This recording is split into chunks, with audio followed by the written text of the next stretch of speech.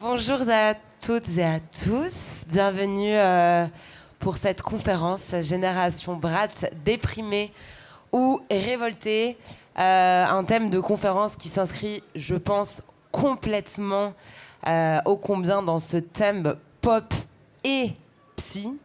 Parce que donc personne n'aura pu échapper au phénomène vert. Est-ce qu'il y a des personnes en vert sur cette scène? C'est pas exactement le vert Brat, mais on y est quand même. Cette vague verte qu'on a eue tout l'été pendant tout ce Brat Summer, cet album Brat de Charlie XCX. Je prononce toujours très mal, mais tout ce qui est anglophone, c'est terrible. De Charlie, du coup, qui nous a fait l'honneur de cet album. Brat, à la fois espèce de cri du cœur en fait assez engagé visant à décomplexer tout le monde et à la fois journal intime finalement traitant beaucoup de santé mentale et des errances propres à notre génération et du coup on a trouvé intéressant pour ce festival Pop et Psy de venir étudier finalement cet objet pop qui a agité toutes les conversations et tous les comportements également cet été et venir regarder ce que le succès de ce Brat Summer, de cette vague verte Brat, veut dire de notre génération. Vous connaissez les tables rondes, ça va toujours très très vite, trop vite. Donc je vais aller très très vite sur la présentation des personnes qui partagent cette scène aujourd'hui avec moi, en évidemment vous demandant de quand même rajouter quoi que ce soit que j'aurais pu oublier pour être plus exhaustive, mais on va vraiment aller très très vite et ensuite enchaîner sur les très nombreuses questions que nous pouvons avoir aujourd'hui. Tout d'abord à mes côtés, Mélodie. Lauré, tu es chanteur, comédien et auteur, très engagé sur la santé mentale. T'as jamais hésité à parler publiquement de toi, ce que tu pouvais traverser. Est-ce que tu as envie de dire quelque chose pour te présenter en quelques mots? Franchement, exhaustif. Eh bien, bienvenue Mélodie. Vous pouvez applaudir Mélodie. À tes côtés, Lisa Pariente. J'ai failli prononcer Pariente. Même mes parents sont pas d'accord sur la prononciation. Ah ouais. Donc tu dis ce que tu veux. Okay. Mais moi, je sais pas. Retenez bien son nom, vous pouvez le prononcer comme vous voulez, Pariente ou Pariente, à la sudiste. Lisa, tu es chanteuse et tu as également beaucoup parlé de santé mentale, d'où ta présence aujourd'hui. Oui. C'est hyper dur de rajouter un truc à ça. Ouais, c'est ça. Oui, c'est très dur. Je suis hyper sympa. De manière générale, dans la vie, je suis gentille, je crois. Si tu devais te présenter en 3 mots. Oh, en dépression, ça va et toi? Voilà. Si tu étais une saison. L'hiver, je pense. D'accord. On peut parler de moi encore un peu, j'aime bien. À tes côtés également, pour représenter l'association Nightline, ligne d'écoute pour étudiants, Sébastien Foury, porte-parole de l'association. Est-ce que tu as envie de développer sur qui tu es, quelles sont tes passions? Écouter de la pop, bien sûr. Et non, mais peut-être en effet, Nightline, il y a une ligne d'écoute, mais pas que, on pourra y revenir aussi. Mais il y a plein d'autres choses. On sensibilise énormément sur les questions de santé mentale. On a une fresque de la santé mentale notamment, mais j'y reviendrai plus tard. En vrai, si vous voulez tous les deux, avec du coup ton voisin Clément Gauthier, créateur de contenu et visage de l'association, si vous voulez présenter en quelques mots l'association Nightline, est-ce que tout le monde connaît Nightline ici? Est-ce qu'il y a des gens qui connaissent Nightline? J'imagine qu'il y en a quand même beaucoup. Est-ce que vous voulez présenter l'association et ses missions en quelques mots peut-être? D'ores et déjà. Carrément. Nightline, c'est né en 2016, vraiment sur le même principe que d'autres lignes d'écoute d'ailleurs dans d'autres pays. Avec finalement ce constat de se dire il n'y a pas de ligne d'écoute pour et par les étudiants. Donc c'est avant tout ça une ligne d'écoute, de se dire qu'une ligne d'écoute ouverte de 21h à 2h30 du matin, là où il n'y a pas d'autres lignes d'écoute ouvertes, et vraiment pareil pour les étudiants. On a vraiment un principe de santé communautaire et de pair aidance assez fort. Et après, on s'est développé pour vraiment travailler à la fois à l'échelle individuelle, collective et systémique. Et donc, du coup, on va à la fois être en soutien des étudiants et des jeunes sur les questions de santé mentale. On va essayer aussi d'outiller énormément via notamment une fresque de la santé mentale et un kit de vie pour se dire comment je prends soin de mes émotions, comment j'arrive aussi à mieux me connaître et comprendre ce que c'est la santé mentale. Et on va travailler énormément la question aussi de la représentation, en sensibilisant, en formant sur ce que c'est la santé mentale et casser le tabou là-dessus, pour être rapide. Clément, toi, tu es créateur de contenu. Pourquoi tu as tenu à t'engager auprès de cette association, justement? Pourquoi ça t'a semblé important? Déjà, bonjour à tous. Moi, de mon côté, je considère que les créateurs de contenu ont une sorte de responsabilité quand même dans tout ce qu'ils font. Et aussi, par rapport à mon parcours, j'ai quand même un petit peu parlé de santé mentale par rapport à certains de mes vidéos, entre guillemets. Et quand Nightline est venu, du coup, un jour toquer à ma porte pour me proposer le fait d'être ambassadeur chez eux, mis à part dire oui, je pense que j'avais pas d'autres choses à faire, je considère. Parce que ça rejoint la question, je considère, de responsabilité des créateurs de contenu et aussi moi de mon côté, par rapport à mon parcours aussi, ça rentrait assez en adéquation par rapport à la santé mentale. Voilà. Et enfin, à tes côtés, pour donner un peu la vie professionnelle sur toutes les questions qu'on va pouvoir aborder aujourd'hui. Charles Notre-Dame, tu es pédopsychiatre spécialisé auprès des adolescents. Donc tu vas pouvoir nous éclairer. Bon, même si là, du coup, j'ai quand même dit notre génération, alors que je suis née en Big 95. Là, on est sur les adolescents. Peut-être que la notion de génération est un peu extensive. Mais on va considérer qu'aujourd'hui, cet après-midi, on fait tous partie de cette Brat Generation. Voilà. Merci d'applaudir les invités quand même.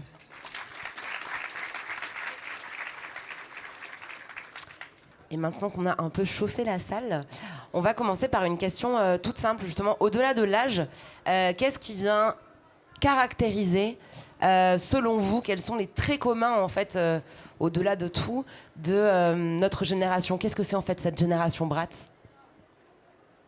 Si vous deviez donner un adjectif qui qualifie notre génération. L'anxiété.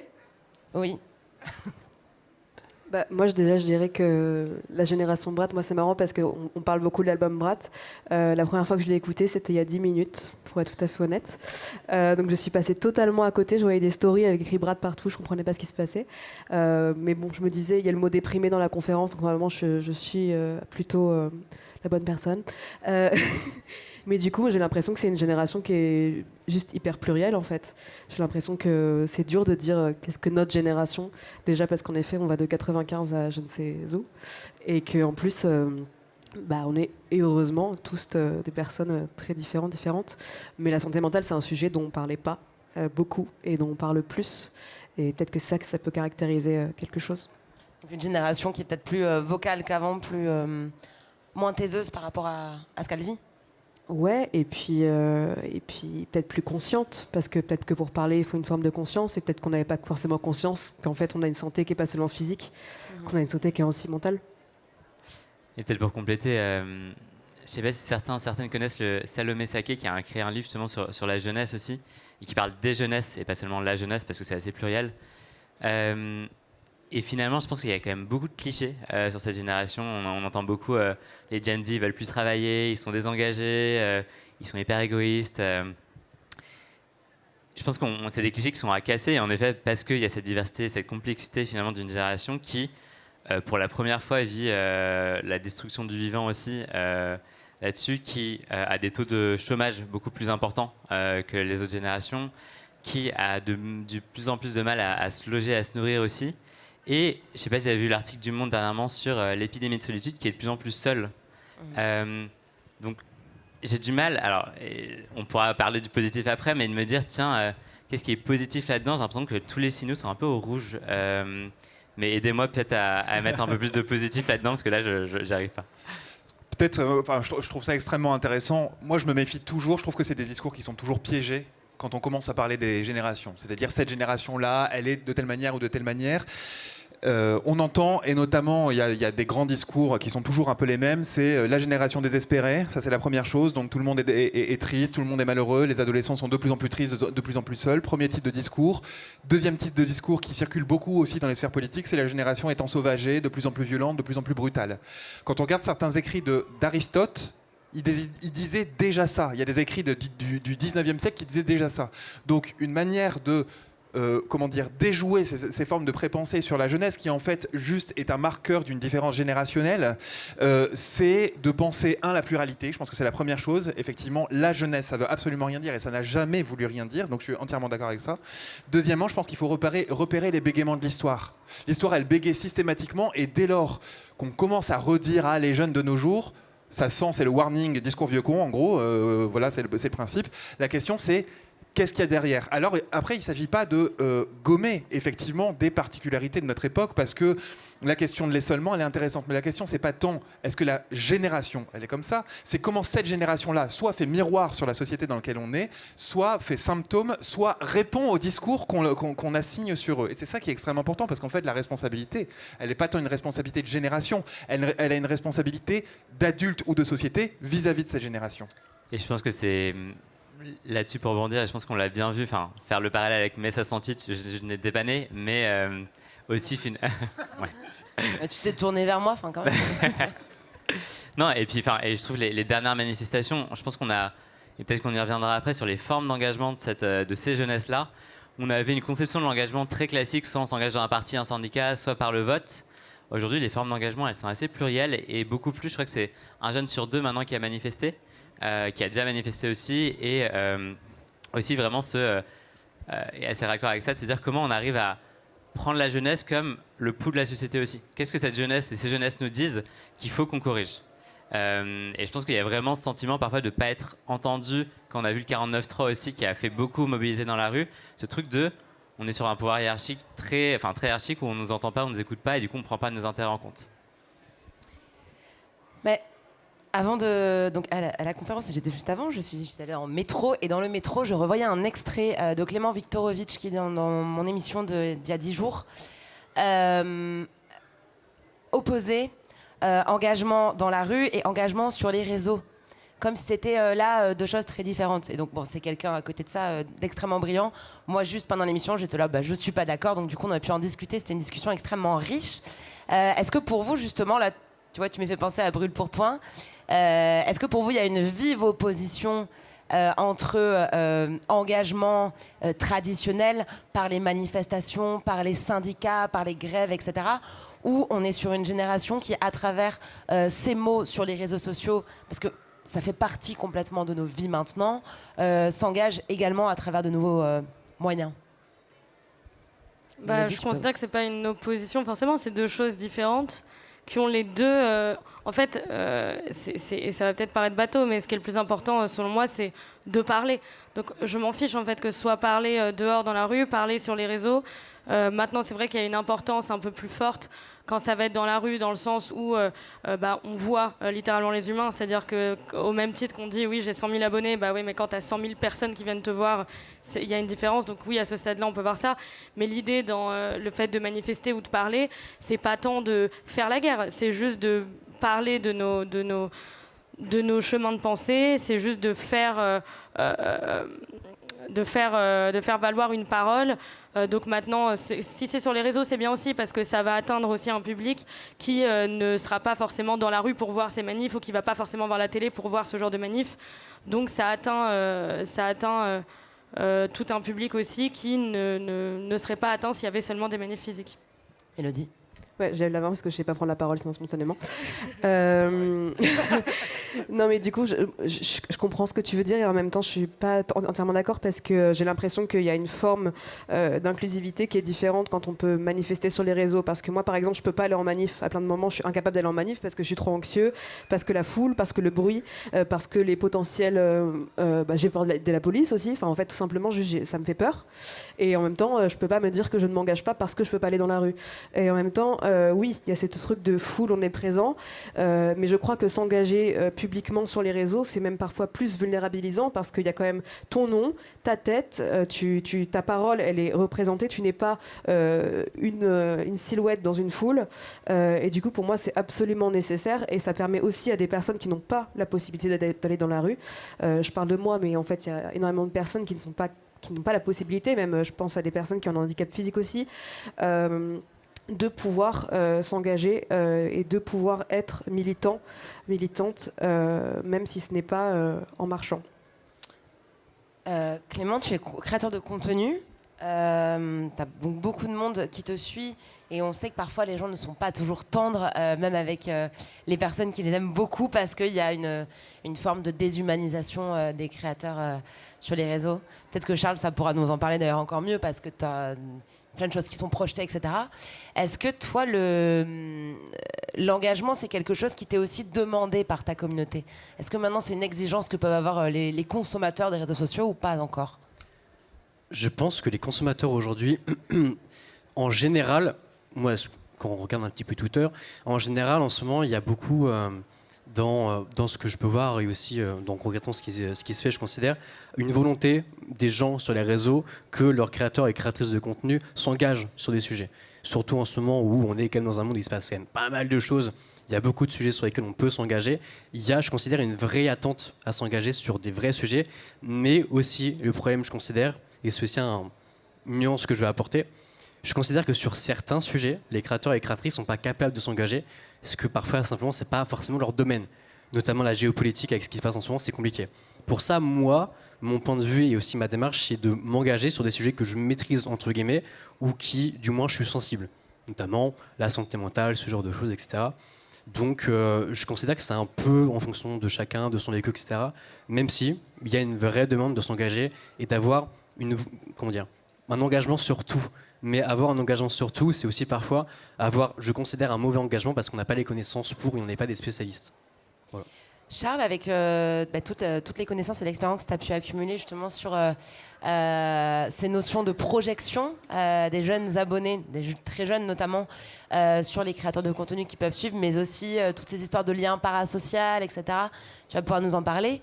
Quel est l'impact des prises de position justement et des révoltes des créateurs de contenu sur cette génération qui les suit ?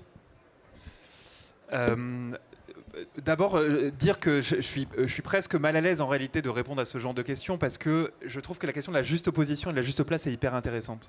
Je suis convoqué là en tant que pédopsychiatre et c'est pas du tout une question de psychiatrie et c'est un vrai sujet, je pense qu'il faut souligner parce que c'est important aussi que le propos que je vais dire, c'est un propos essentiellement de citoyen. Et ça, je pense que c'est important aussi de le rappeler. Tu mets ton autre casquette, on sépare l'homme du Exactement, pédopsychiatre. je prends l'autre casquette. Quand même, sur la question de manifestation dans la rue versus... je pense qu'il y a une prémisse qui est erronée, qui rend quasiment caduque la question. La prémisse, c'est comme s'il y avait une vie réelle et une vie virtuelle. C'est terminé depuis longtemps. On sait qu'il n'y a pas une vie réelle et une vie virtuelle. C'est deux vies différentes, online, offline. Et en plus, c'est des vies qui sont interpénétrées de manière constante. On sait très bien, les révolutions arabes, le printemps arabe, ça a commencé sur les réseaux sociaux et puis ça s'est terminé dans la rue. Donc là, ça, c'est la première chose. C'est qu'il y a des paradigmes qu'il va falloir bouger, qu'il va falloir changer, parmi lesquels le online est différent du offline, où la vie réelle serait moins réelle que la vie virtuelle. Peut-être pour revenir davantage dans mon champ de compétences sur la question, peut-être pas tant de l'impact du propos qu'on pourrait avoir sur les créations du contenu, mais sur la question de l'identification et des identités, parce que c'est beaucoup de ça dont il s'agit. Et c'est à ça, parce que moi non plus je connaissais rien de la génération Brat et tout ça, donc j'ai découvert ça complètement un peu ahuri. Ce qui est intéressant quand même, parce qu'il y a des différences sociologiques aussi de comment est-ce que ces générations atteignent ou pas le mec qui est hyper rural, etc., et pas forcément concerné par cette histoire de mouvement Brat, donc je pense qu'il faut l'avoir aussi en tête. Je pense que la question de l'identité aujourd'hui pour un adolescent est infernale. Pourquoi ? Parce qu'ils sont sommés, et ça il suffit de connaître les travaux d'Alain Ehrenberg, le sociologue, sur la question de la construction identitaire. Chacun dans une société néolibérale est sommé de construire sa propre identité. Et avec une forme de pression et de responsabilité à construire sa propre identité, et soit dit en passage, de prendre soin de sa santé mentale. Ça doit faire réfléchir aussi, c'est-à-dire qu'une forme de responsabilité individuelle. Et en même temps, constamment, dans l'espace social et l'espace politique, on vous dit que la question d'identité est piégée. On parle d'identitarisme, on parle de communautarisme, et finalement, on est fini par être piégé dans le wokisme. Donc, il y a une forme de double lien, pour tous les jeunes, sur construis ton identité, mais tu as interdiction de recourir à la question même de l'identité. Bien, je pense que cette fameuse génération Brat, en tout cas pas la génération Brat, mais ces mouvements un peu dans le bain culturel, sont utilisés comme des leviers pour essayer de répondre à cette espèce de double lien qui est vraiment paradoxal. Et le fait que ça tourne beaucoup, ce soit très rapide dans la cyclicité, parce que là, c'est déjà terminé le Brat, enfin, on va peut-être en parler tout à l'heure, mais c'est l'automne Démiour, ouais, peut-être. Mais en tout cas, il y a l'automne Démiour après l'été Brat, voilà. Le fait qu'il y ait une cyclicité hyper importante, je pense que ça traduit aussi ça, cette espèce d'injonction constante et paradoxale de construire son identité sans construire son identité. Et justement, les modèles identitaires de cette génération, alors, qui est-ce déjà ? Et surtout, est-ce que ce sont des modèles identitaires qui ressemblent à ceux qu'on pouvait avoir il y a 20 ans, il y a 30 ans, etc. C'est une question rhétorique. Bah alors franchement, j'ai pas compris ta question. C'est le problème, tu vois, J'ai ça l'impression part. qu'on me C'est ce que regarde je un vous peu, disais du en coup. coulisses, tu vois. Tu ça demandes part- en gros si on a des modèles Non, aujourd'hui, c'est ça qui sont les espèces de porte-parole en fait de cette génération qui encore une fois est difficile à définir. Et surtout, est-ce que les modèles que cette génération peut avoir actuellement, comme justement une Charlie qui sort cet album Brat, ressemblent aux modèles que nos grands frères, grandes sœurs ou nos parents avaient? Bah, non, mais moi, j'ai l'impression que ça répond aussi. Enfin, c'est aussi la même question que la première question, finalement. C'est sur ces questions de pluralité. C'est que moi, par exemple, je performe dans un spectacle sur la jeunesse, sur l'adolescence, et je vais faire des ateliers avec des jeunes. Et en fait, je pense qu'il y a aussi une question de classe. C'est-à-dire que les modèles ne sont pas les mêmes pour des ados qui sont dans le 5e arrondissement de Paris et des ados au fin fond de Besançon. Enfin, c'est-à-dire que moi, vraiment, je vois dans les ateliers où je leur fais vraiment parler de leur intime qu'il y en a, leur référence c'est Bardella, mais vraiment premier degré, c'est vraiment leur référence culturelle, politique, alors que si je vais ailleurs, ils vont même pas me parler de politique. Donc du coup, je pense que cette question, elle est aussi caduque dans le sens où tu vois, je pense qu'il y a plein de gens qui répondraient que c'est toi le porte-parole d'une génération, par exemple, Anna. Alors qu'il y a plein de gens qui ne te connaissent pas non plus. Mais du coup, je crois vraiment que ça dépend tellement de classe sociale, d'identité, dans le sens le plus large qui existe. Mais par contre, je pense qu'une différence, c'est effectivement aussi la multiplicité des identités auxquelles on peut s'identifier parce que voilà, il y a des personnes queer qui existent et qui sont visibles, des personnes racisées qui existent et qui sont visibles, et du coup c'est peut-être là que ça se joue, c'est que peut-être chacune peut s'identifier à quelque chose, contrairement à avant où c'était peut-être un peu moins éparse.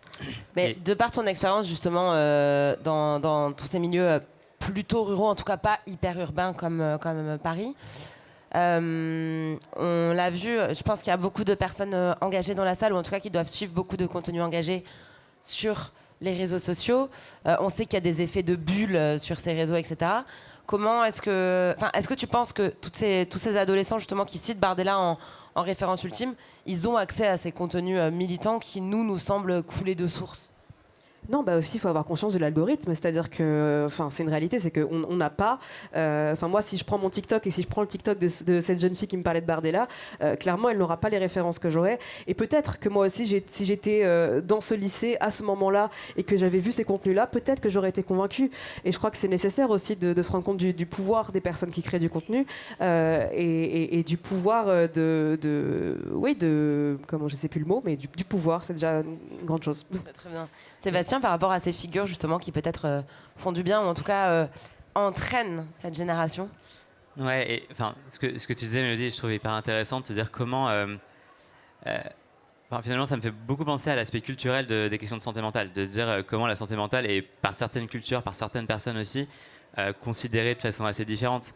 Il y avait un film, je ne me rappelle plus, mais qui était hyper intéressant sur quelqu'un qui allait voir un psy dans des pays plutôt au Maghreb, où là, c'était vu comme justement une vraie maladie mentale aussi d'aller voir des psychologues. Dans d'autres cultures, c'est beaucoup plus OK d'aller voir des psys aussi.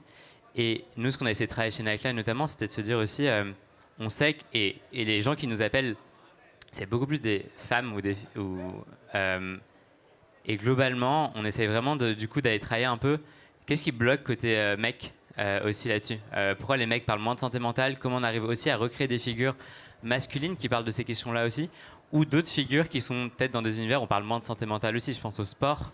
D'ailleurs, on avait sorti une campagne sur santé physique, santé mentale aussi, avec plein d'athlètes qui nous parlaient de comment ils faisaient le lien entre leur santé physique et leur santé mentale, et à quel point c'était hyper important d'en prendre conscience. Donc je trouve que la multiplicité aussi de ces figures-là, et de se dire, il y a sans doute des choses à travailler un peu plus en profondeur, différemment en fonction des cultures et où on se pose. Parce qu'en effet, quand on parle de santé mentale, on parle aussi de soins, et du coup, c'est très un univers assez féminin, alors qu'en vrai, tout le monde a une santé mentale, il faudrait l'élargir plus largement. C'est hyper intéressant ça aussi, parce que alors, je suis aussi coordinateur national adjoint du 31-14. Et on s'est beaucoup posé la question des hommes. Alors là, on sort un peu de la génération Brat, mais quoi que ça peut la concerner au plus indirectement, des hommes qui n'appelaient pas au 31-14, au trop peu au 31-14. Au Québec, ils ont fait une campagne pour les hommes où c'était en gros un truc sur la batte de bro, vas-y, appelle le 31-14, et les affiches, c'était un mec avec des gants, des gros gants de chantier, la boîte à outils, etc. Et ça fait, en fait, vraiment, ça a été une vraie problématique pour nous parce qu'on s'est dit comment est-ce qu'on fait pour s'adresser aux hommes, si possible de milieu de vie, sans avaliser des stéréotypes dont on sait qu'ils sont préjudiciables, précisément pour l'appel au 31-14. Et ce qu'on a fait, c'est qu'on a essayé de trouver une manière de restaurer de la diversité et de la complexité en se dépouillant aussi, c'est ça qui n'est pas évident, de nos propres préjugés sur le sujet.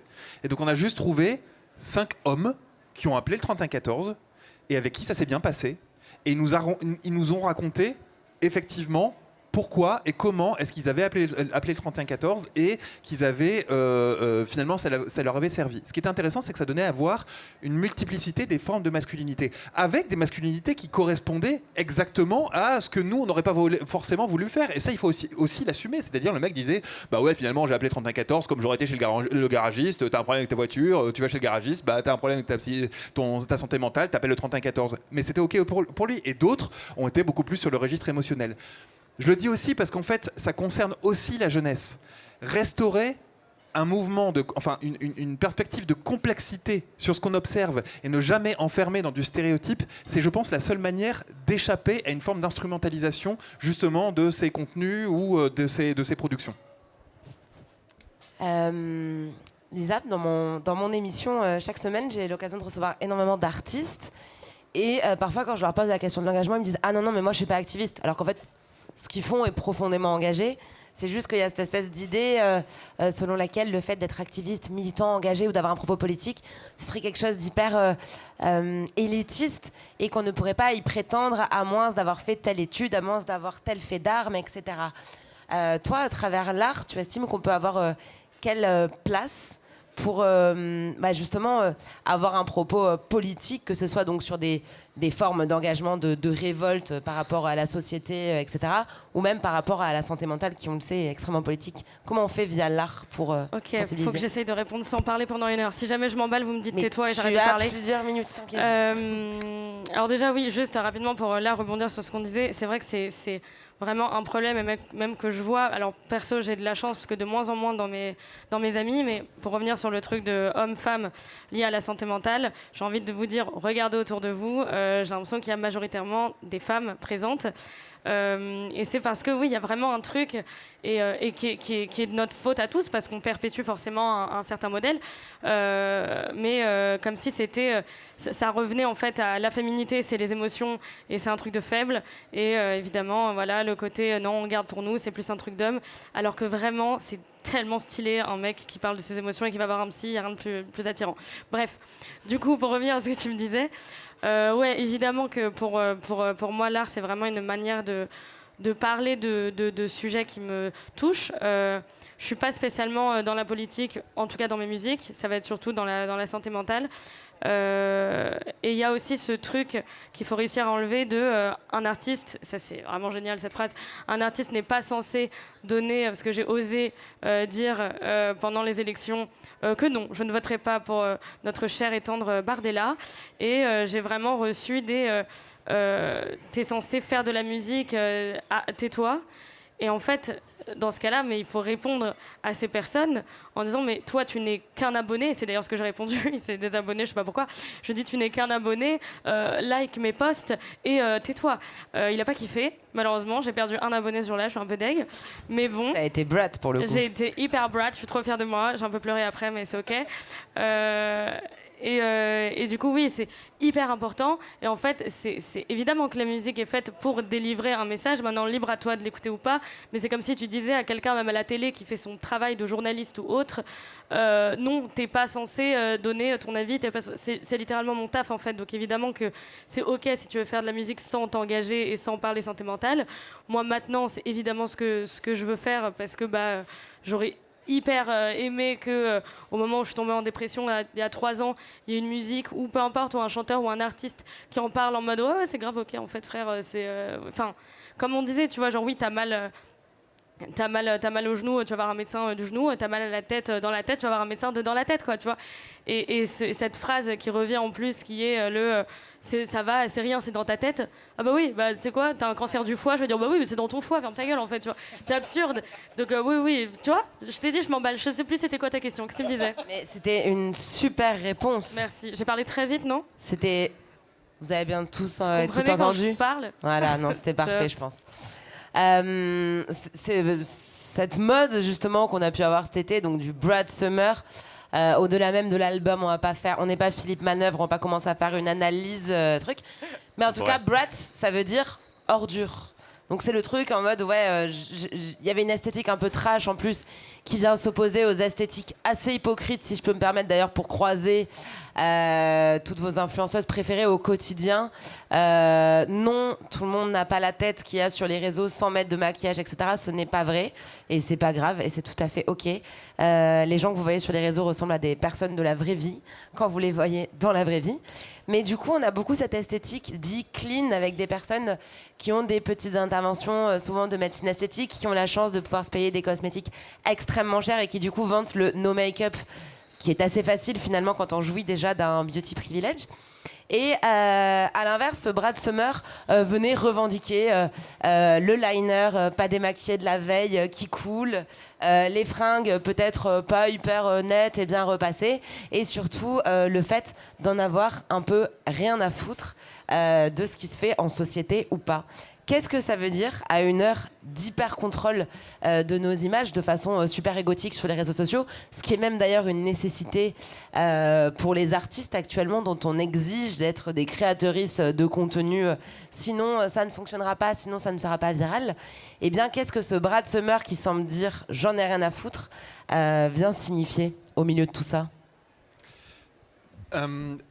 Le problème, là aussi, c'est une question d'identité, mais au-delà de la question d'identité, c'est une question des normes. C'est comment est-ce qu'on a à composer ou à gérer avec les normes.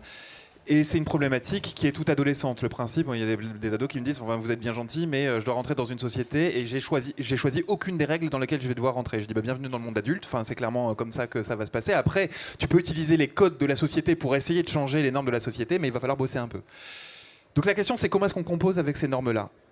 Il y a une forme de course qui se met en place entre la culture et la norme, qui est extrêmement intéressante. C'est-à-dire que à chaque fois, comment est-ce qu'on interroge la norme? On l'interroge en la subvertissant, en la transformant. Sauf que la norme, elle réavale systématiquement, elle réinscrit dans la norme. Et ça, c'est pour ça que ces dispositifs culturels qui sont en subversion m'intéressent énormément. C'est donc par exemple ce Brad Summer qui a pour principe de dire en gros je vous emmerde, je suis comme je veux, ce qui n'est jamais le cas, et en plus de ça, je suis un peu malheureux, mais en même temps, enfin malheureuse ou pas forcément malheureuse, etc. Le problème, c'est que ça devient un effet de mode, et qu'il y a aussi, encore une fois, un phénomène d'identification avec une nouvelle norme qui s'inscrit. Cela dit, moi je pense que c'est hyper important de faire vivre ces phénomènes culturels. Je pense aussi aux drag queens, parce que les drag queens, par essence, c'est un système culturel qui vise à piéger les normes d'une manière ou d'une autre, qui vise à toujours avoir une longueur d'avance sur cette course de la norme et de la subversion de la norme. Je dis ça aussi parce que Niki sera là tout à l'heure. Je pense qu'il faut continuer à entretenir ce bassin un peu de subversion. On parlait de politique, c'est aussi ça la politique. Par contre, il ne faut pas être naïf du fait que les choses derrière se réinscrivent dans une forme de norme avec des risques constants d'instrumentalisation. Constants. Ce capitalisme qui vient s'insérer dans chaque tendance. Mélodie, tu voulais rajouter quelque chose? Ouais, et puis j'ai aussi l'impression quand même que bon, le Brad Summer et tout, voilà, on s'en fout machin, mais c'est quand même une grande star américaine qui prône ça, donc je me dis bon, elle a le droit de s'en foutre. Maintenant, quelqu'un qui n'est pas aussi connu, qui n'a pas autant de privilèges, je ne sais pas si elle pourra s'en foutre pareil. Et je me dis maintenant comment on fait pour être une star et dépressive, et je sais pas si c'est possible, parce qu'en réalité, même sans être une star, parfois moi je me pose toujours la question. Je me dis toujours putain, là en fait, je suis au fond de ma dep. Il faut que je balade mon chien. Je fais quoi en fait si quelqu'un me voit dans la rue, me reconnaît, me parle? Parce que ça arrive en fait, ça arrive dans le quotidien. Et du coup, je me dis mais il faut que j'ai l'air de quelque chose. Et pourquoi on peut pas être quelqu'un sans avoir l'air de quelque chose? Parce que vraiment, il y a des moments où je peux pas sortir autrement qu'en pyjama et pas coiffée et sortir mon chihuahua et voilà.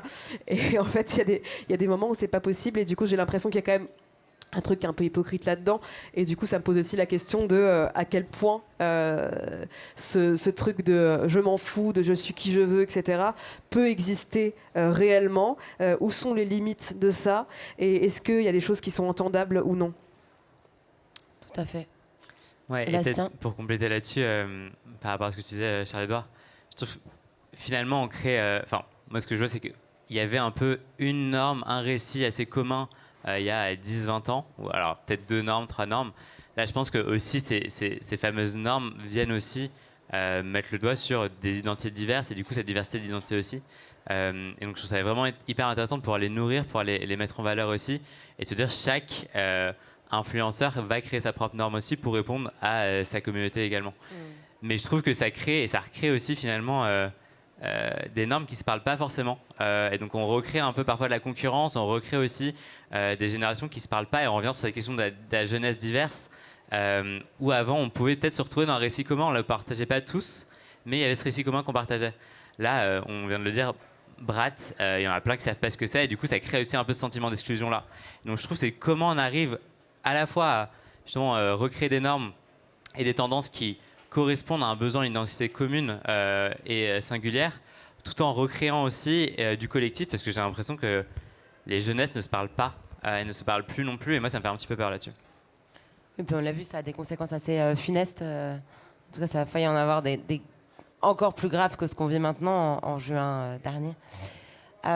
Clément, toi, parmi les personnes qui créent des contenus, est-ce que tu as l'impression parfois aussi, justement, on parlait un peu de ces tendances et de ce côté en fait capitaliste de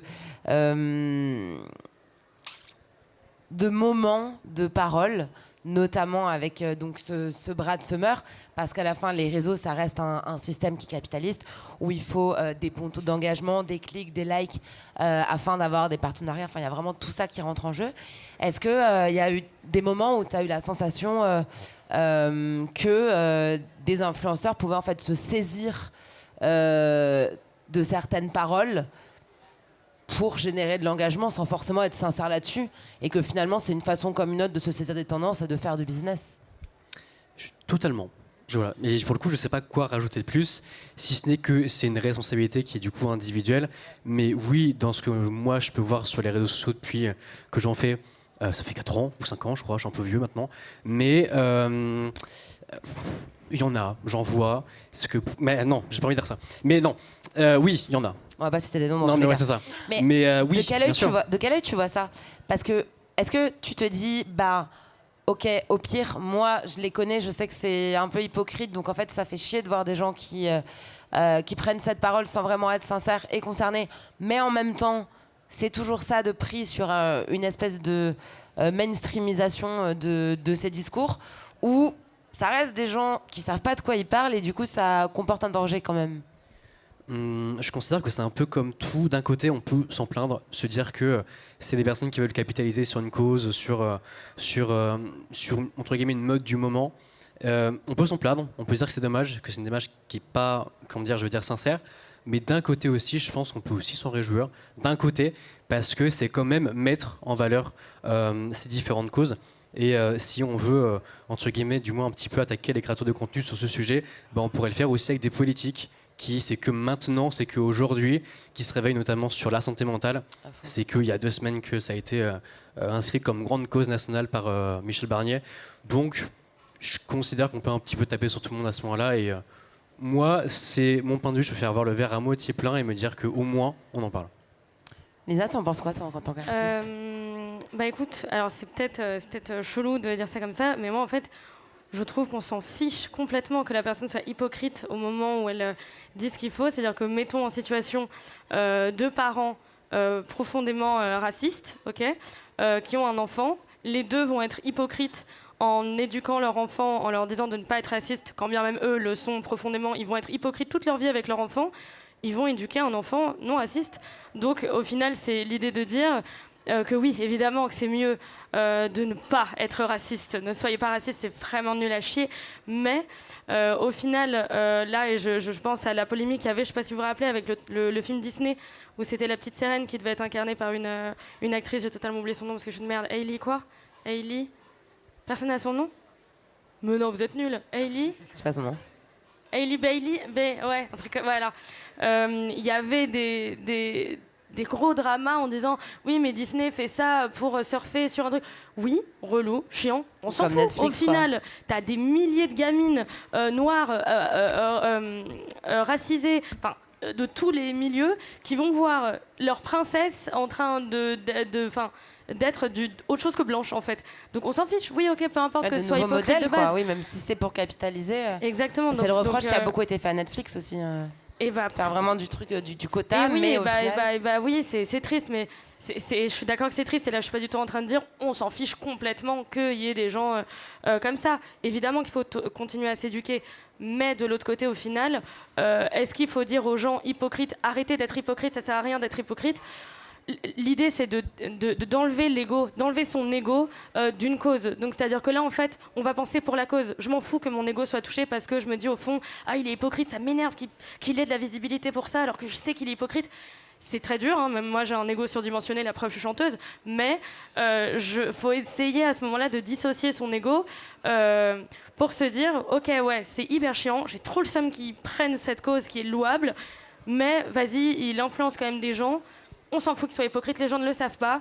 Ça prône quand même une parole qui au final est une bonne parole. Je sais même plus de quoi on parlait au début de cette conversation, mais je crois qu'on parlait de ça. Donc parfois l'hypocrisie, c'est pas forcément à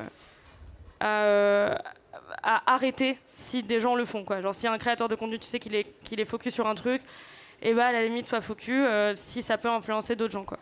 Et tu vois, ta réponse était pleine de digressions, mais t'es retombée sur tes Putain, pattes. je suis trop chaud. T'as exactement répondu à la question. Charles, tu voulais intervenir aussi sur cette question. Ouais, tokenisation, hypocrisie. Hyper intéressant sur la tokenisation et l'hypocrisie, surtout sur la mainstreamisation, qui n'est pas inintéressante. Et même les gens qui connaissent ou qui savent ce qu'ils disent, en fait, en vrai, sont pas à l'abri de la mainstreamisation non plus. Et j'ai été hyper sensible sur cette question de, en fait, c'est une célébrité, donc c'est un peu plus facile quand on est une célébrité d'être écorchée vive et être malheureuse. Il y a un risque avec cette grande cause nationale santé mentale. Et il ne faut pas l'ignorer, le fait qu'il y a un risque. Il y a ce risque de mainstreamisation et il y a ce risque de parler d'une forme de santé mentale.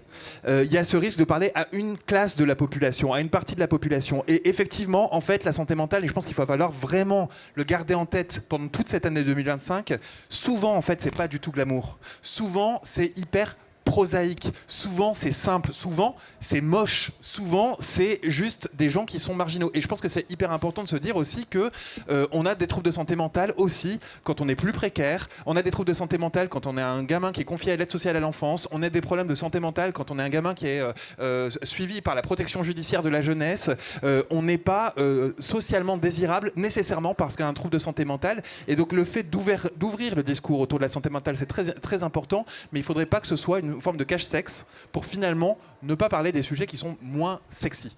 Oui, puis on se souvient, je sais pas s'il y a des personnes qui sont de mon exacte génération dans la salle, mais on avait des modèles de type Skins avec le personnage d'Effie qui était en fait super glamourisé parce que trouble alimentaire, parce que problème de drogue, parce que truc, et où en fait ça avait l'air super cool d'avoir des problèmes de santé mentale, et derrière tu grandis et potentiellement t'en développes et tu te dis ah ouais, mais en fait c'est l'enfer.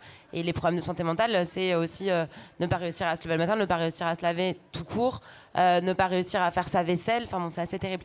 On va prendre vos prises de parole de façon très succincte pour après les prises de parole du public. Donc si vous avez des questions, vous pouvez vous préparer. Mélodie, tout à l'heure. Ouais, non, juste rapidement pour rebondir, en effet, avoir des problèmes de santé mentale ou des troubles psy, c'est pas sexy. Et du coup, c'est hyper. En fait, moi, ça me soulève une question. C'est justement ce truc de.